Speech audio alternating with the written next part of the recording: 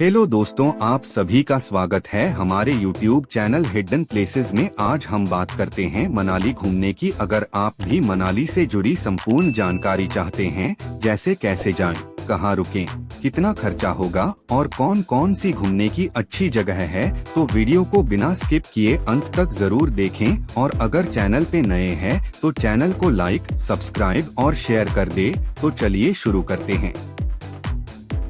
मनाली हिमाचल प्रदेश का एक बेहद खूबसूरत हिल स्टेशन है, जो अपनी प्राकृतिक सुंदरता, साहसिक गतिविधियों और शांत वातावरण के लिए जाना जाता है। अगर आप मनाली घूमने का प्लान बना रहे हैं तो यह जानकारी आपके लिए काफी मददगार साबित होगी। तो चलिए मनाली को थोड़ा और करीब से जानते हैं और आपके लिए मनाली की 2 दिन की यात्रा का प्लान बनाते हैं, ताकि आप जल्दी से जल्दी वादियों के सफर पर निकल सकें।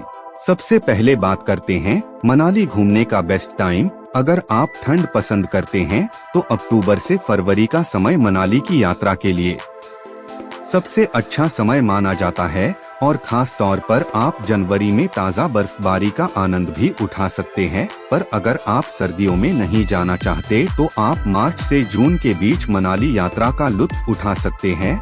अब बात करते हैं मनाली कैसे पहुँचे। मनाली आप वायु, रेल और सड़क तीनों मार्ग से जा सकते हैं। नंबर 1, वायु मार्ग द्वारा मनाली का सबसे नजदीकी हवाई अड्डा भुंतर है, जो मनाली से लगभग 50 किलोमीटर की दूरी पर है। नंबर 2, रेल मार्ग द्वारा मनाली का सबसे नजदीकी रेलवे स्टेशन जोगिंदर नगर है। आप दिल्ली से जोगिंदर नगर ट्रेन से जा सकते हैं और फिर बस या टैक्सी से मनाली पहुंच सकते हैं। नंबर 3, सड़क मार्ग द्वारा आप अपनी गाड़ी से या टैक्सी से भी मनाली जा सकते हैं। दिल्ली से मनाली के लिए सीधी बसें उपलब्ध हैं। बस का किराया 800 से 1000 रुपए तक हो सकता है। अब बात करते हैं मनाली घूमने की 10 खूबसूरत जगहों के बारे में। ये ट्रिप आपकी 2 दिन की होगी। पहले दिन आप लोकल टूर कर सकते हैं, जिसमें नंबर 1 पर है हिडिंबा देवी मंदिर। मनाली के सबसे लोकप्रिय मंदिरों में से एक हिडिंबा देवी मंदिर को स्थानीय भाषा में ढूंगेरी मंदिर के नाम से भी जाना जाता है। यह 4 मंजिला संरचना एक जंगल के बीच है, जिसे ढूंगेरी वन कहा जाता है। हिडिंबा मंदिर हिडिंबा देवी को समर्पित एक अद्वितीय मंदिर है, जो भीम की पत्नी और घटोत्कच की मां थी। इसीलिए इस मंदिर का संबंध महाभारत काल से है। भव्य देवदार के जंगलों से घिरे इस खूबसूरत मंदिर को एक चट्टान पर बनाया गया है, जिसे माना जाता है कि यह देवी हिडिंबा की छवि में है। नंबर 2, मनु मंदिर। यह भव्य मंदिर ऋषि मनु को समर्पित है। मंदिर में एक शिवालय संरचना है, जो अपने आकर्षक वास्तुकला से इतिहास और आध्यात्मिकता की एक झलक दिखलाती है। मनाली नाम की उत्पत्ति ऋषि के नाम से हुई थी, जिसे मानव जाति का निर्माता माना जाता है। मुख्य बाजार से 3 किलोमीटर की दूरी पर यह मंदिर स्थित है, और साथ बहती व्यास नदी इसके आकर्षण में 4 चांद लगा देती है। माना जाता है कि यह वही स्थान है जहां ऋषि मनु ने धरती पर कदम रखने के बाद ध्यान लगाया था। हो सकता है कि छोटे छोटे रास्तों की वजह से आपको यहां पहुंचने में थोड़ी परेशानी हो, पर यकीन मानिए, जो आपको देखने को मिलेगा उसके सामने यह कुछ भी नहीं है। नंबर 3, वशिष्ठ मंदिर। भगवान राम को समर्पित वशिष्ठ गांव व्यास नदी के पार मनाली से लगभग 3 किलोमीटर दूर स्थित है। यह खूबसूरत गांव अपने शानदार गर्म पानी के झरनों और वशिष्ठ मंदिर के लिए प्रसिद्ध है। माना जाता है कि इस झरने के पानी में बहुत अच्छी उपचार शक्तियां हैं, जो कई त्वचा रोगों और अन्य संक्रमणों को ठीक कर सकती हैं। यहाँ तुर्की शैली के स्नान घर उपलब्ध हैं, जिनमें झरनों का गर्म पानी होता है। पुरुषों और महिलाओं दोनों के लिए अलग अलग स्नान हैं। तो अगर आप मनाली घूमने की योजना बना रहे हैं तो आप यहाँ के कुंड में स्नान करना नहीं भूले।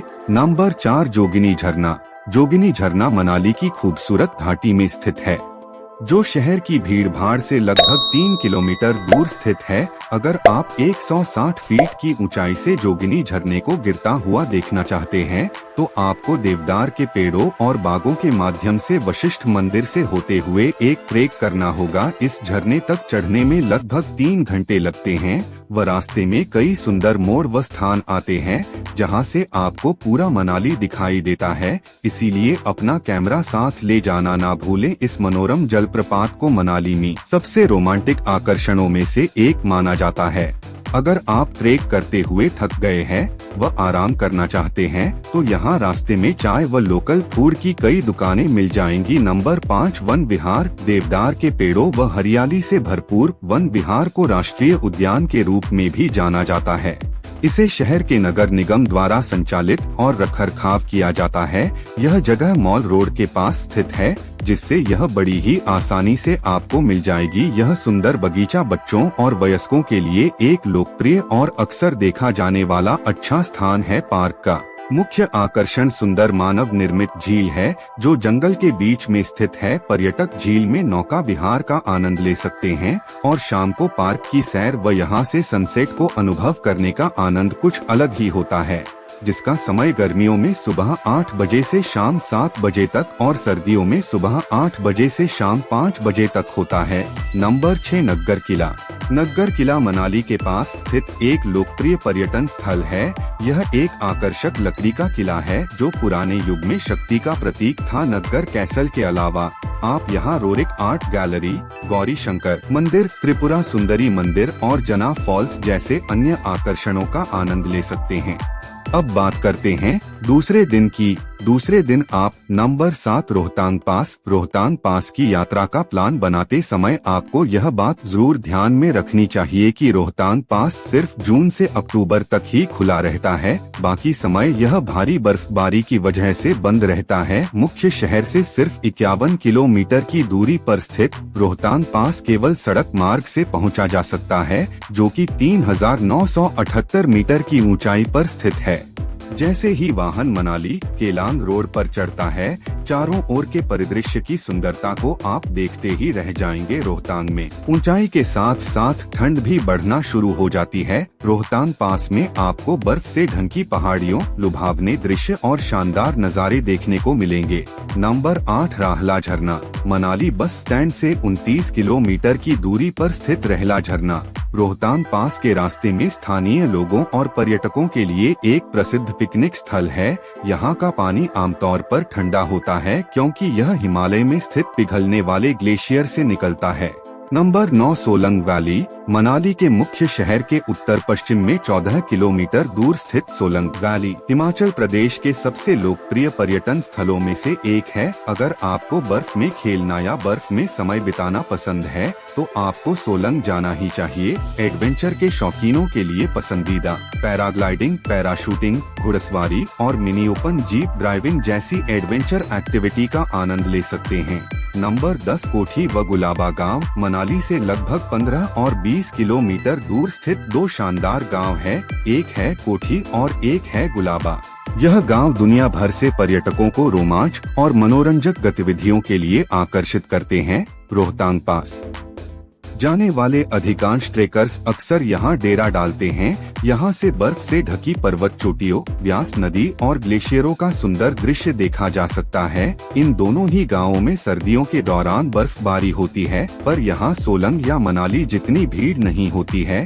तो अगर आप मनाली की भीड़ भाड़ से बचना चाहते हैं तो आपको यहाँ जरूर आना चाहिए। आप यहाँ कई एडवेंचर गतिविधियों के साथ साथ ट्रेकिंग व कैंपिंग भी कर सकते हैं।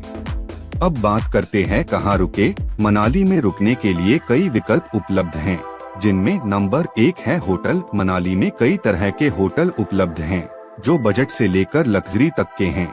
Number 2 guest house. Guest house एक किफायती विकल्प है, जो स्थानीय संस्कृति का अनुभव करने के लिए एक अच्छा विकल्प है। Number 3 home stay.